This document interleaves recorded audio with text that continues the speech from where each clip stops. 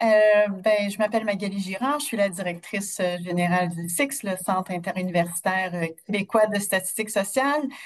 Il me fait plaisir aujourd'hui de vous accueillir pour un de nos midi-webinaires, aujourd'hui avec un démographe de l'Institut de la statistique du Québec, Monsieur Baptiste Beck, c'est ça, démographe à la direction des statistiques sociodémographiques de l'ISQ, qui va nous parler aujourd'hui de l'étude sur la situation des langues parlées au Québec. Merci beaucoup à M. Beck pour sa présence aujourd'hui. Je vous rappelle que nos midi-webinaires sont enregistrés et sont rendus rapidement disponibles sur notre chaîne YouTube. Voilà, c'est la même formule que d'habitude. Je vais laisser rapidement la parole à M. Beck pour sa présentation d'une durée d'environ 30 minutes, puis ça va nous laisser du temps à la suite pour échanger avec vous, questions-réponses, pour terminer vers 13 heures. Fait que je vous invite à utiliser le chat de Zoom ou bien la section questions-réponses aussi. Je vérifie les deux au cours de la présentation. Alors, voilà, merci beaucoup à Baptiste pour la présence aujourd'hui et sa présentation. Donc, écoutez, c'est avec plaisir que je suis ici aujourd'hui pour vous parler de l'étude sur la situation des langues parlées au Québec. Je remercie le centre, le SIX pour l'accueil, puis la possibilité de présenter les résultats de cette étude, puis quelques informations en lien avec celle-ci. Fait que j'en aurai à peu près pour 20-25 minutes de présentation, puis il me fera plaisir de répondre et d'échanger avec vous si vous avez des questions à la fin, bien entendu. Le plan de la présentation d'aujourd'hui va être relativement simple, à savoir que je vais vous un peu contextualiser l'étude et le cadre dans lequel elle s'est mise en place et elle s'inscrit. Je vais aussi vous donner quelques informations clés sur, on va dire, les métadonnées sur l'étude en tant que telle, avant de vous présenter certains indicateurs et résultats pour la première édition de 2024. Puis je terminerai la présentation en vous donnant quelques informations sur les prochains grands jalons qui s'en viennent concernant ce projet d'étude sur la situation des langues parlées au Québec. Pour commencer, je débuterai en disant que traditionnellement, au gouvernement du Québec, les données du recensement ont toujours été et seront toujours utilisées car elles sont très précieuses. Elles ont une grande fiabilité, elles vont permettre d'aller à un échelon géographique très fin, parce que ça, c'est très précieux pour nous. Puis on compte toujours les utiliser. Toutefois, le recensement, en termes d'usage des langues, il y a certes beaucoup de questions, mais pour l'usage des langues, ça reste la maison et le travail. Or, pour un suivi de la situation linguistique, il faut ouvrir un peu plus de domaines que ces deux-ci. Donc, on a cherché à mettre une enquête en place en partie pour ça du côté du gouvernement. Puis, il y a aussi le fait que le recensement, c'est aux 5 ans et que le suivi linguistique, le gouvernement a mis une priorité sur cet aspect-là et qui souhaite un suivi un peu plus rapproché qu'aux 5 ans. Donc, un peu plus de thèmes, plus un suivi rapproché fait en sorte qu'on se retrouve dans un contexte d'arrivée de cette enquête-là, mais peut-être mentionner que à l'ISQ, l'orientation de l'ISQ, ça va être toujours d'utiliser les données de Statistique Canada, bien entendu, mais dans une logique de complémentarité et d'aller combler, entre guillemets, un petit peu les domaines non couverts du côté de l'usage des langues, du côté du recensement.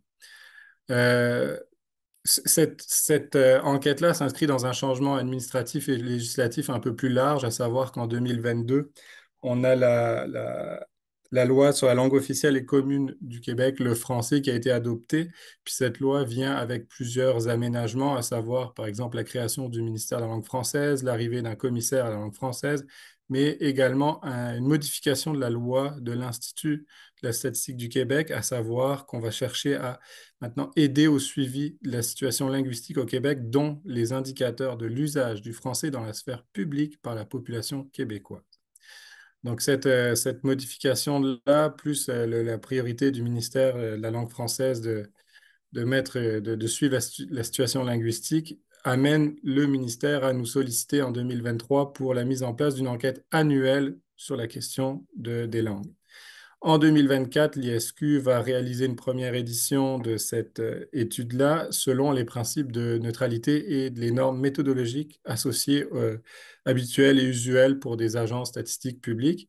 Puis peut-être mentionner euh, que la façon dont trimer la neutralité va un petit peu on va se démarquer, c'est que l'ISQ est là en termes à titre de producteur de données et non pas en termes d'évaluateur de programmes de politique du gouvernement, premièrement. Puis deuxièmement, ben oui, le ministère de la langue française est à l'origine de l'enquête et va avoir logiquement un intérêt pour euh, le suivi de la langue française, mais à l'ISQ, on a décidé de faire une enquête sur toutes les langues en usage au Québec, avec un peu l'idée derrière la tête que le français est une langue la principale qui va être en circulation, mais on va s'intéresser à toutes les autres.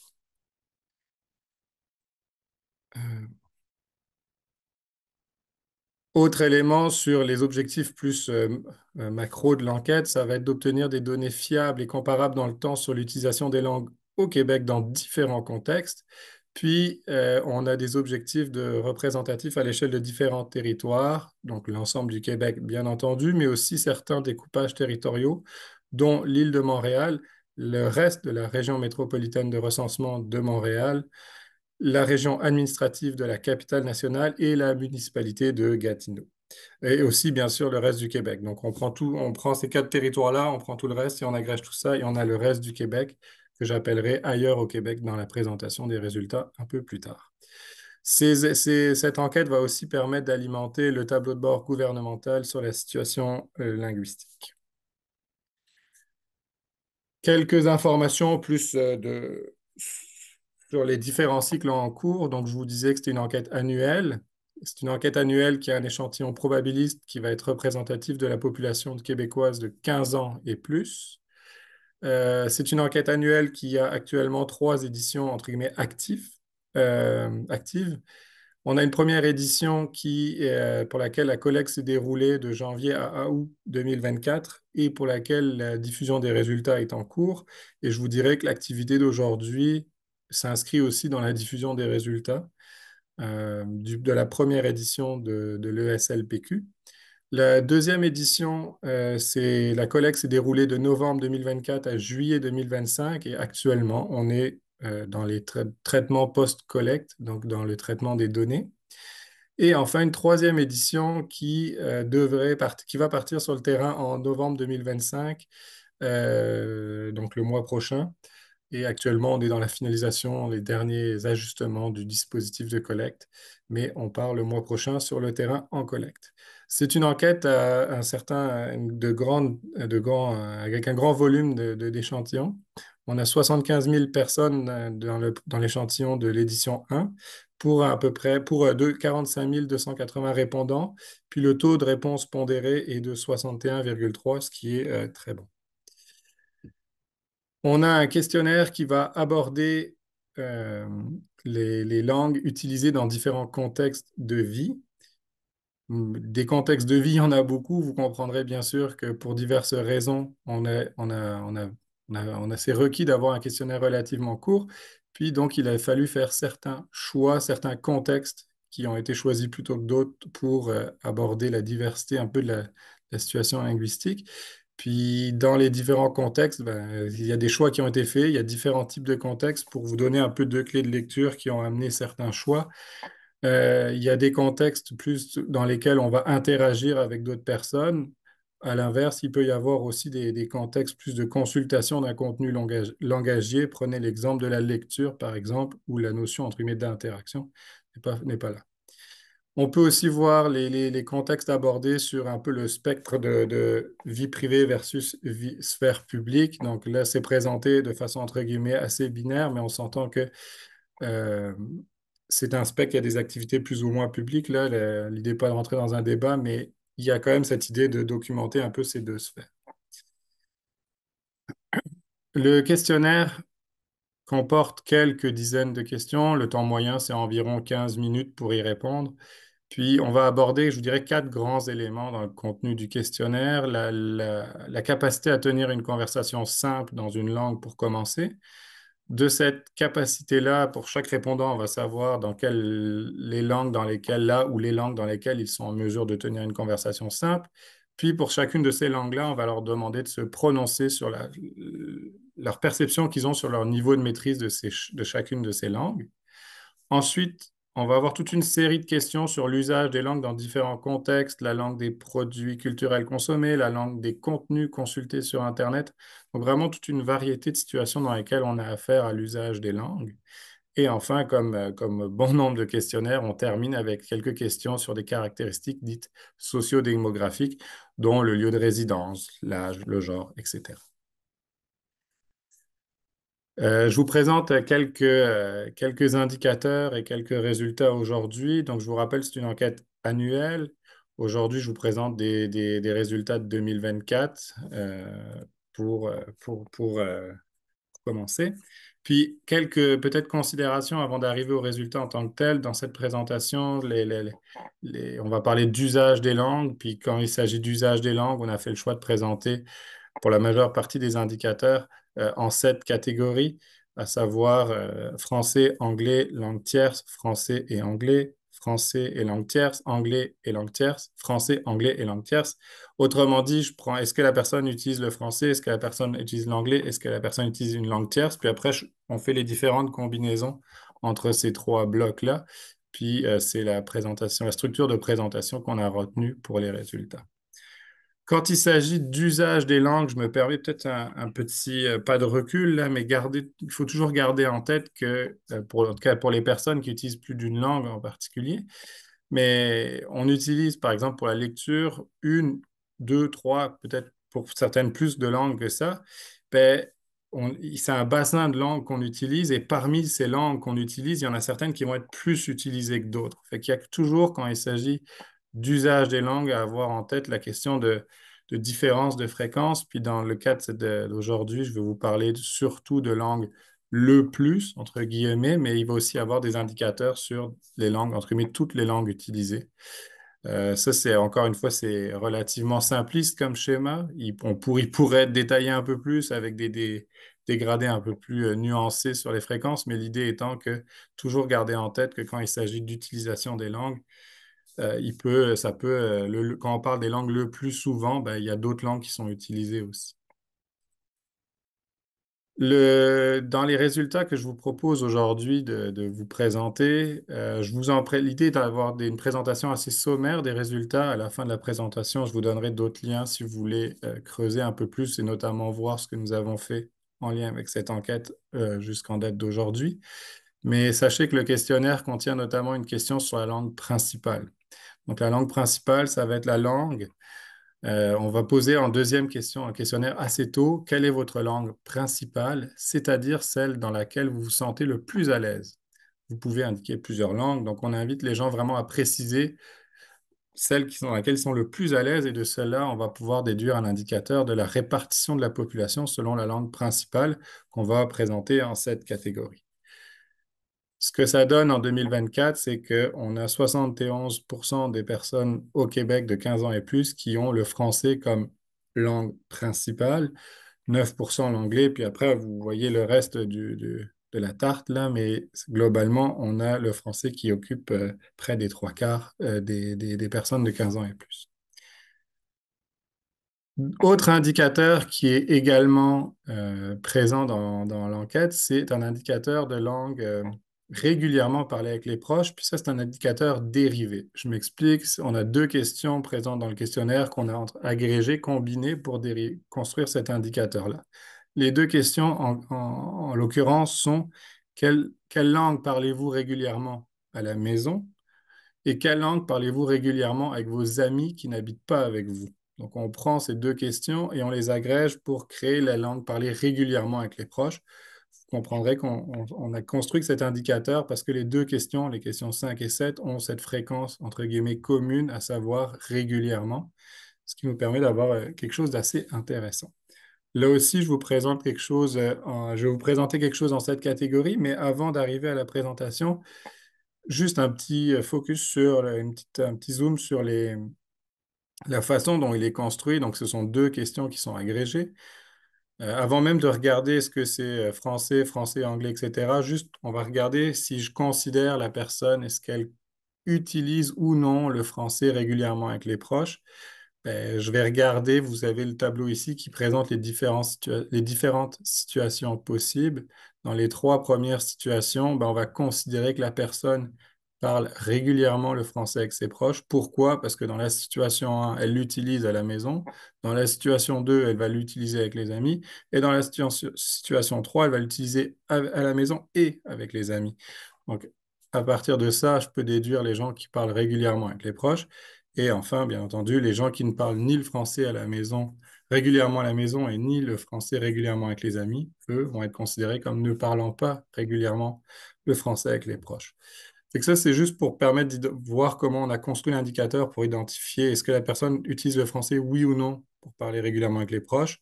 Ce procédé est utilisé de la même façon pour l'anglais et la modalité agrégée des langues tierces. Puis ensuite, on les combine pour arriver à la présentation en cette catégorie. Ce qui me permet de vous présenter la diapositive suivante, à savoir la répartition de la population sur la langue parlée régulièrement avec les proches. Donc, à l'échelle du Québec, en 2024, il y a 56% de la population de 15 ans et plus qui utilise régulièrement le français avec les proches, 3% l'anglais, 20% le français et l'anglais notamment, et aussi un 10% qui utilise le français, l'anglais et une langue tierce avec les proches. Donc encore une fois, les proches étant les gens qui habitent avec et les amis non cohabitants. Autre dernière série d'indicateurs que je souhaitais vous présenter aujourd'hui, ça va être la langue le plus fréquemment utilisée. Donc la langue le plus fréquemment utilisée, je vous présente à l'écran un exemple, parce que je vais revenir un peu plus loin, à partir de la langue, ce qu'on appelle nous utilisée dans les situations dites formelles au travail. Donc la question, elle se présente comme ceci dans le questionnaire, c'est à quelle fréquence dans votre emploi principal réalisez-vous les tâches associées à vos fonctions en CLX? CLX fait référence aux langues que la personne déclare connaître au début du questionnaire. Donc si quelqu'un déclare connaître le français, l'anglais et l'espagnol, par exemple, on va lui poser cette question pour ces trois langues-là.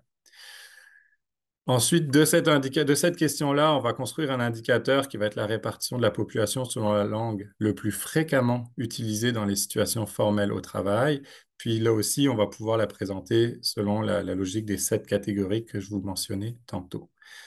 La dernière ligne sur cette diapositive me fait et là, pour vous rappeler que c'est un exemple, et on va y revenir tantôt, cette structure de questions sous forme de fréquence a été utilisée pour différentes situations. Puis là, l'exemple que je vous présente à l'instant, là, c'est pour le travail, mais vous allez voir tantôt, on en a d'autres. Concrètement, comment on a dérivé l'indicateur de la langue le plus fréquemment utilisé? Sachez que vous avez ici à l'écran un exemple une petite capture d'écran d'à quoi ressemble le questionnaire sur le web.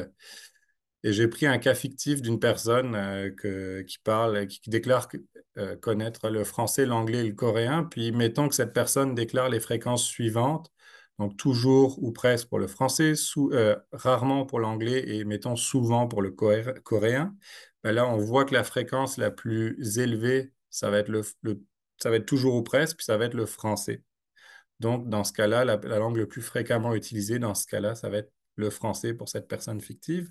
Puis vous noterez aussi que dans le bas du tableau, il y a la possibilité de déclarer une langue supplémentaire. Pour chaque question de langue, on a en général cette option-là. Donc, dans certaines situations, ça s'y prête bien, mais ça a quand même été utilisé ici et là par les répondants. Un autre cas, juste pour insister sur la construction, mais prenons un autre scénario fictif, une personne qui va déclarer utiliser comme fréquence souvent le français pour réaliser les tâches à son travail et souvent le coréen. Donc là, les deux langues, la fréquence la plus élevée déclarée, ça va être souvent, puis il y a deux langues qui s'y trouvent, le français et le coréen. Donc ici, on va considérer que ça va être le français et le coréen qui sont les langues les plus fréquemment utilisées. Dans la présentation en cette catégorie, le langue coréen va être agrégé dans l'ensemble des langues dites tierces, mais vous comprenez la logique ici, l'important étant de voir un peu comment c'est construit. Donc, on va vraiment chercher la fréquence la plus élevée et on regarde là où les langues qui sont présentes qui sont associées à cette fréquence la plus élevée. Du côté des résultats concernant la langue le plus fréquemment utilisée dans les situations formelles au travail, en 2024, 73% des travailleuses et travailleurs au Québec utilisent le plus fréquemment le français, 12% l'anglais, 13% le français et l'anglais. Puis là, par souci de lisibilité, vous comprendrez que les autres catégories, je les ai agrégées pour rendre ça plus lisible. Puis vous voyez que c'est 2% des gens, donc c'est une minorité. Cet indicateur de l'angle le plus fréquemment, j'ai utilisé l'exemple du travail pour vous illustrer la construction puis les premiers résultats, mais comme je vous le mentionnais, toute une série de questions sont posées sous cette structure-là, donc on a pu déduire toute une série d'indicateurs du langue le plus fréquemment. Puis là, vous avez à l'écran la langue le plus fréquemment utilisée dans les commerces habituellement fréquentés. Puis à l'échelle du Québec, 83% des personnes qui vont dans des commerces utilisent le plus fréquemment le français, 7% l'anglais et 8% le français et l'anglais. On a aussi là aussi une agrégation des dernières combinaisons de langues étant donné par souci de lisibilité. Ça, que ce soit le travail, le commerce ou n'importe quelle fréquence, on s'entend que c'est à l'échelle du Québec, puis que quand on se met à croiser ces variables-là avec d'autres, on peut avoir certaines différences. Donc, par exemple, à l'échelle du territoire, si je croise la langue le plus fréquemment utilisée dans les commerces selon le territoire de résidence, ben, on constatera qu'il y a des différences. Par exemple, sur l'île de Montréal, ben, il y a 61% des gens qui vont dans des commerces qui utilisent le plus fréquemment le français, alors qu'à l'échelle de la région administrative de la capitale nationale ou ailleurs au Québec, c'est quasiment la totalité des gens qui utilisent euh, le plus fréquemment le français. Bien sûr, sur l'île de Montréal ou la municipalité de Gatineau, voire dans le reste de la RMR de Montréal, le fait que le français soit un peu moins fréquent, le fait que la proportion de gens qui utilisent le plus fréquemment le français soit pas à hauteur de 95% et plus, là, ben, ça laisse de la place à d'autres modalités. Donc, par exemple, sur l'île de Montréal, il y a 17% des gens qui résident sur l'île de Montréal qui utilisent le plus fréquemment le français et l'anglais, ou 17% l'anglais. Je vous ai montré une ventilation un peu selon le territoire pour montrer qu'il y a des différences, mais il y a aussi selon l'activité. Donc là, vous avez à l'écran un peu une partie des questions qui ont été formulées selon la logique de fréquence. Puis là, vous avez la répartition de la population selon la langue le plus fréquemment utilisée dans différents contextes. Donc vous avez regardé des émissions d'information ou d'actualité, la lecture, naviguer sur Internet, les achats en ligne et l'écoute de chansons. Donc, on le voit que selon l'activité, c'est pas tout à fait la même distribution, mais néanmoins, à l'exception de l'écoute des chansons, pour les autres activités, le français demeure la langue le plus fréquemment utilisée pour réaliser l'activité, mais à amplitude variable, entre guillemets, un petit peu différente. Ça termine un peu les points que je voulais mentionner concernant les résultats. Je me permets de terminer ma présentation par quelques éléments d'information concernant ce qui s'en vient sur les prochains, les différents cycles. Concernant le cycle 1, il y a des fascicules de résultats qui sont et qui vont être diffusés par l'Institut de la statistique du Québec. Donc, je vous ai mis le titre du premier qui se trouve sur le site Internet de l'ISQ, les principaux traits linguistiques de la population québécoise en 2024. Donc, les résultats que j'ai présentés aujourd'hui, une partie qui vient euh, de ce fascicule-là. Mais si vous voulez forer un peu les résultats que j'ai présentés aujourd'hui, je vous invite à le consulter. Et l'ISQ va publier dans les prochains temps d'autres fascicules sur les résultats de l'enquête. L'enquête va aussi être déposée au centre, l'environnement d'accès aux données de recherche de l'ISQ, donc le CADRISC, dans les prochaines semaines. J'en profite pour rappeler la présentation qui a été réalisée par mes collègues Jean-François et Maude, je pense, le 2 octobre dernier sur la procédure de demande pour accéder aux données du CADRISC. Euh, c'est, euh, Elle va être déposée prochainement. Puis juste pour à titre d'informatif, il va y avoir énormément de variables. Ce que je vous ai présenté étant une petite partie. Euh, Voici des exemples de variables qui vont être disponibles. Au début du questionnaire, on demande quelles sont les langues dans lesquelles vous êtes en mesure de tenir une conversation simple. Puis on a un menu déroulant de 156 langues qui apparaît. Puis là, on a créé pour chacune des questions de langue des variables dérivées qui permettent de savoir pour chacune des 156 langues du menu déroulant, avoir la réponse par question. Donc, on pourrait regarder la langue parlée régulièrement à la maison.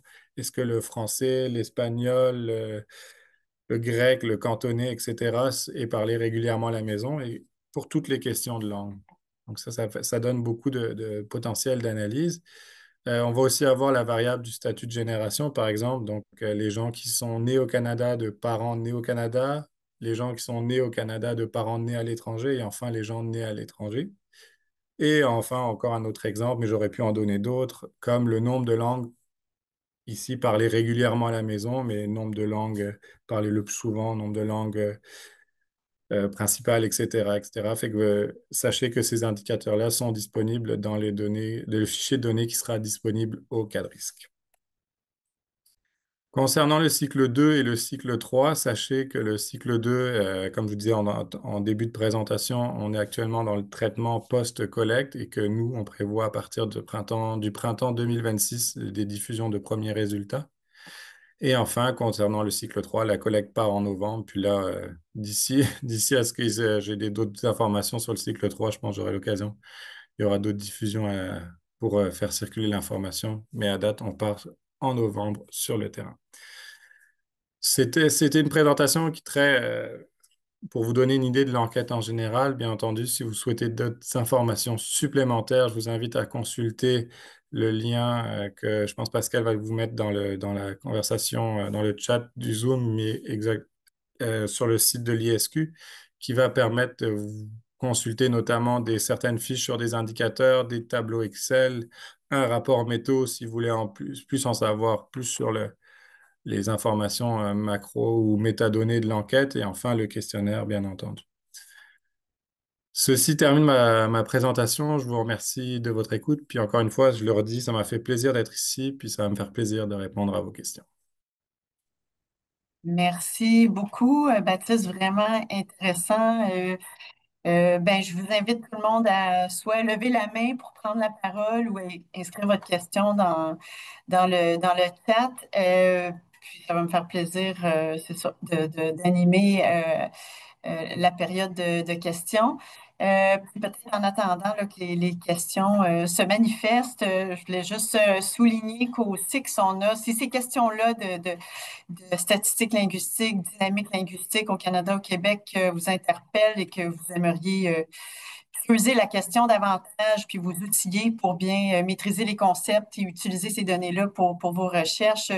Le SIX offre une nouvelle école d'automne du 24 au 28 novembre cette année, puis c'est offert par la Chaire de recherche du Québec sur la situation des mots linguistiques et les politiques linguistiques.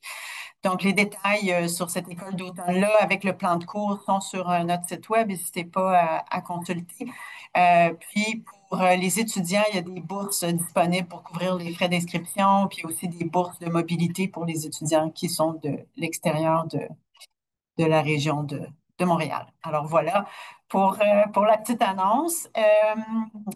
Donc, c'est ça. Oui.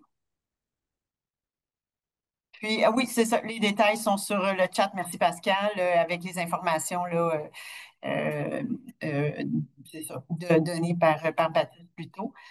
Ben, peut-être juste pour une première Main question. levée, Magali. Il y a des mains Oui, je levées. vois ça. Oui, c'est bon. Je n'avais pas la bonne page. Bon, ben, bon, je vois la main levée de Marc Tremblay-Faulkner. Je vous invite à prendre la parole et ensuite Daniel Gogo. Oui, merci. Bonjour Baptiste, merci pour la présentation. Toujours intéressant. Je travaille pour le commissaire à la langue française en passant. Euh, Moi, j'aurais des questions sur l'appariement des données. Je sais qu'à la fin du questionnaire de l'enquête, on mentionne la possibilité que les informations de l'enquête puissent être reliées à des données administratives. J'aimerais en savoir plus là-dessus, puis j'aurais une question peut-être un peu plus précise, c'est sur la question des secteurs d'emploi.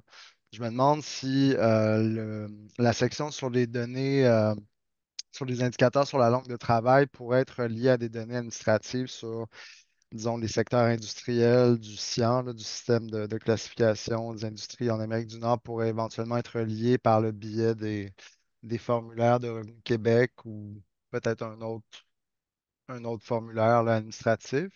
Donc ça m'intéresserait. Puis peut-être une présentation des possibilités d'appariement plus générales.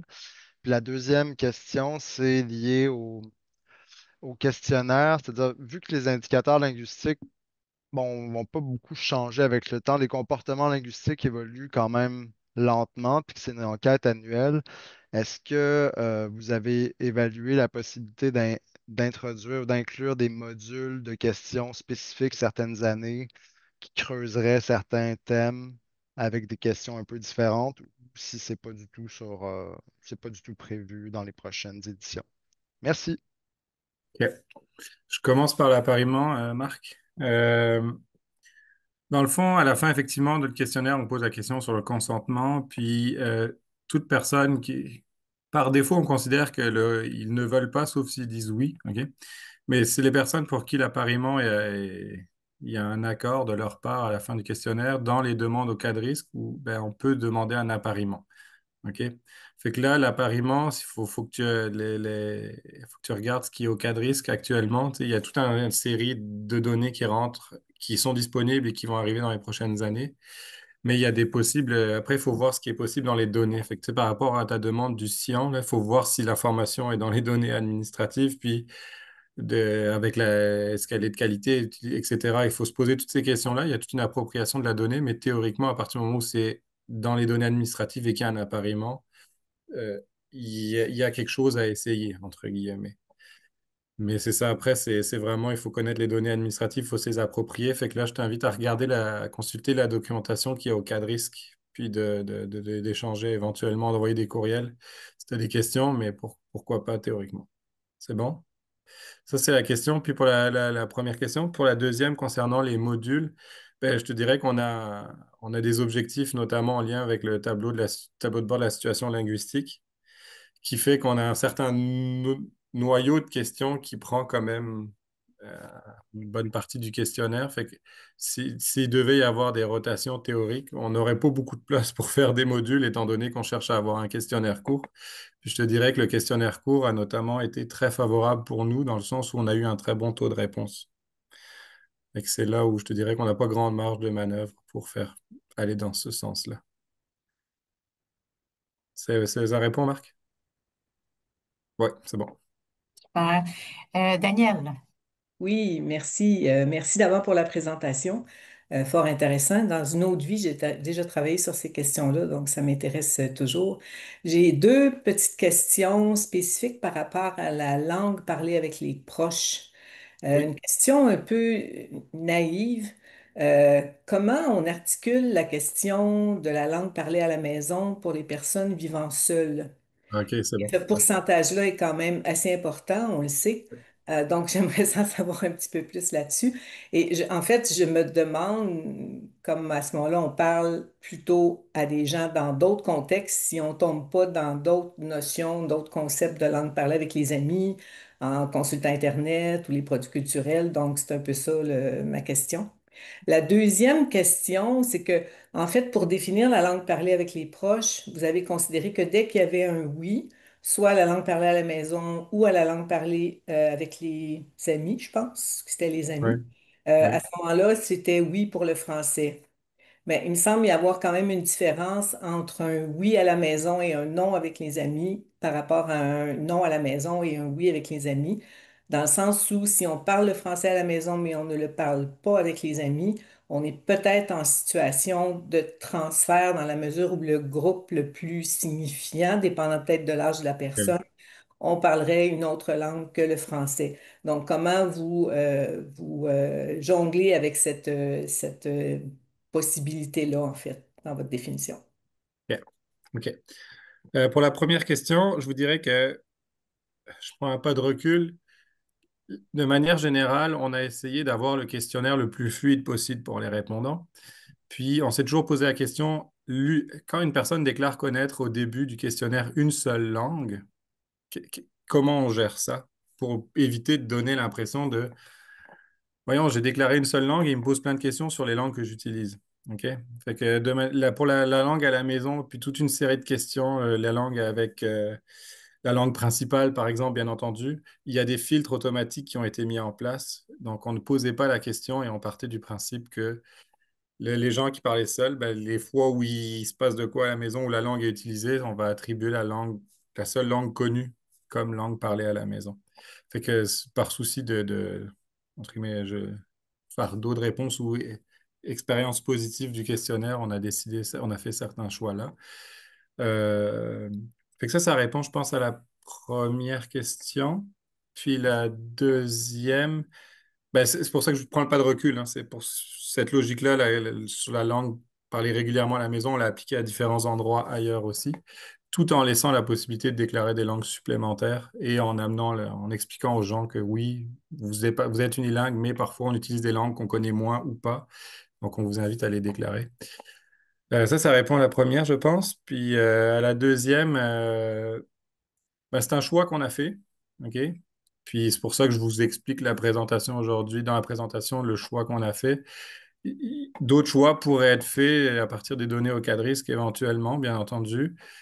Mais c'est un choix qu'on a fait étant donné que, on trouvait que ça avait du sens d'avoir quelque chose plus large, entre guillemets, mais il pourrait effectivement avoir des nuances qu'on n'a pas pris le temps d'aller voir par rapport à ce que vous dites sur des potentiels indices de situation de transfert éventuellement, qu'on n'a pas pris le temps. Mais je ne veux pas dire qu'on ne peut pas, là, je vous dirais juste qu'on n'a pas pris le temps de faire. Il y a une question dans le chat, je vais juste poser la question dans le chat, puis après ça, Richard, je te donnerai la parole si ça te convient. Je suis curieux à propos de la possibilité d'utiliser les données de l'enquête pour en savoir plus sur les langues autres que le français et l'anglais. Quelles sont, par exemple, les quelques 150 langues que vous mentionnez? Oui. Comment est-ce que cette liste a été établie en termes de représentativité? Jusqu'à quel point est-ce que vous croyez que votre échantillon puisse être représentatif de la prévalence des langues autres? OK. OK, c'est une bonne question. On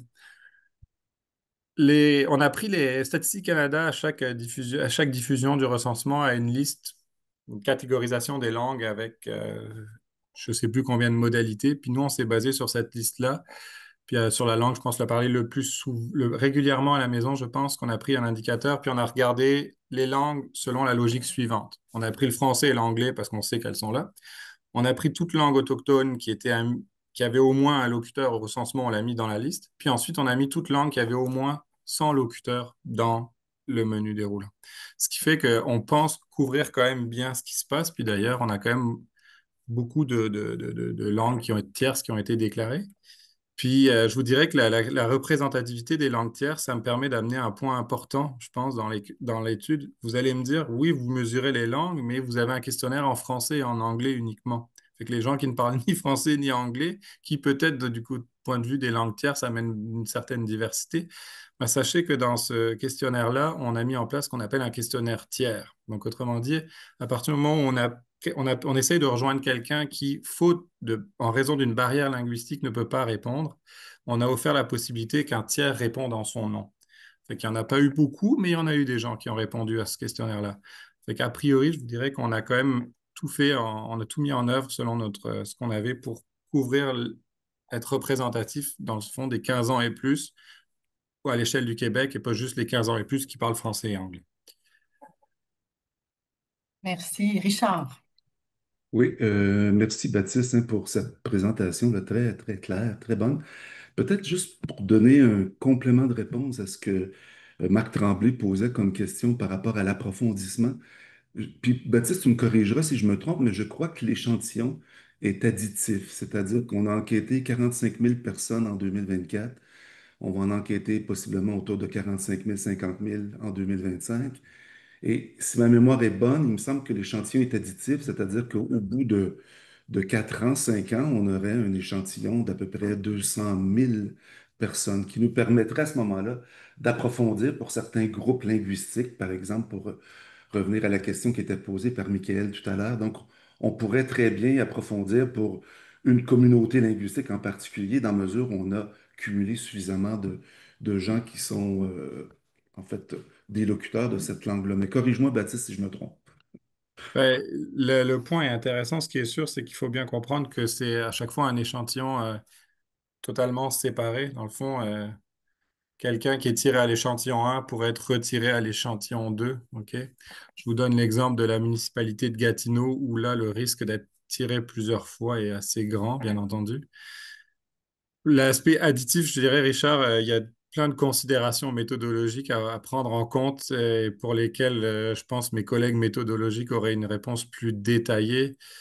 Mais je pense que là, il faudrait voir avec la méthode comment et avec quelles limites et qu'est-ce qu'on peut faire avec. Puis je pense que c'est plus eux qui vont avoir la réponse euh, précise à ça. Merci. Je vois pas d'autres questions ni de mains liées. Ah oui, ben justement, attends, je vais vous laisser la parole, Sylvia. Merci. Merci pour la présentation, super intéressante, très claire. Je voulais juste revenir à la question de représentativité et si vous avez pu comparer la distribution de variables dans votre échantillon par rapport à quoi on s'attendrait dans la population pour voir si vraiment il n'y aurait pas eu de biais de sélection. Dans votre échantillonnage ou dans le 60% qui a répondu? Est-ce que, par exemple, en comparant au recensement, on a l'impression qu'on a vraiment, euh, euh, vous avez vraiment atteint une bonne représentation de la population?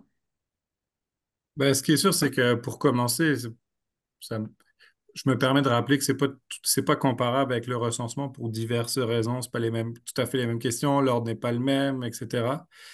Mais on a pris le temps de regarder ces choses-là, mais c'est représentatif par rapport à un échantillon, à une population qu'on a, puis notre base de sondage, c'est le fichier de la RAMQ. Fait que après, sur les caractéristiques de langue, ben, c'est globalement, on a des choses très cohérentes. Puis, mais je pense on a utilisé ce comme on pouvait utiliser dans le sens où il y a certaines questions où on a toujours posé la question de est-ce qu'elle est bien comprise, est-ce que ça nous donne des résultats plausibles. Puis juste pour terminer peut-être sur cette réponse à cette question, sachez que toute enquête à l'ISQ qui part sur le terrain, il y a un pré-test pour savoir est-ce que les questions sont bien comprises, etc. Mais je ne sais pas si ça répond à la question. Oui, oui, c'était de pas tout à fait sur la compréhension des questions, mais vraiment sur qui répond. Et vous avez déjà mentionné, je trouve ça c'est quand même très bien ce qui a été mis en place pour, par exemple, s'assurer que les gens qui parlent des langues Oui, tierces sont incluses. exactement. Ouais. Mais même à ça, il y aurait peut-être il y a toujours des barrières, hein. Enfin, je voulais juste savoir s'il y a moyen de vérifier s'il y a quand même eu une sous-représentation de certains groupes. Ben, on avait ce qu'on appelait, ce qu'on nous, on a considéré un petit peu comme enjeu, c'est de se dire, au moment où l'enquête numéro 1 est partie sur le terrain, la question de linguistique était très d'actualité. Et on s'est demandé si le fait que ce soit d'actualité, ça peut avoir une incidence sur la réponse.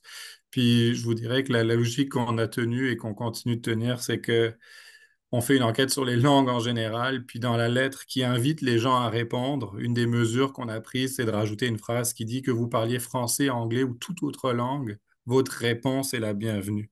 Fait que, a priori, on a tout fait en œuvre, on a mis en œuvre ce qu'on pouvait faire pour les avoir. Est-ce qu'il peut y en avoir un?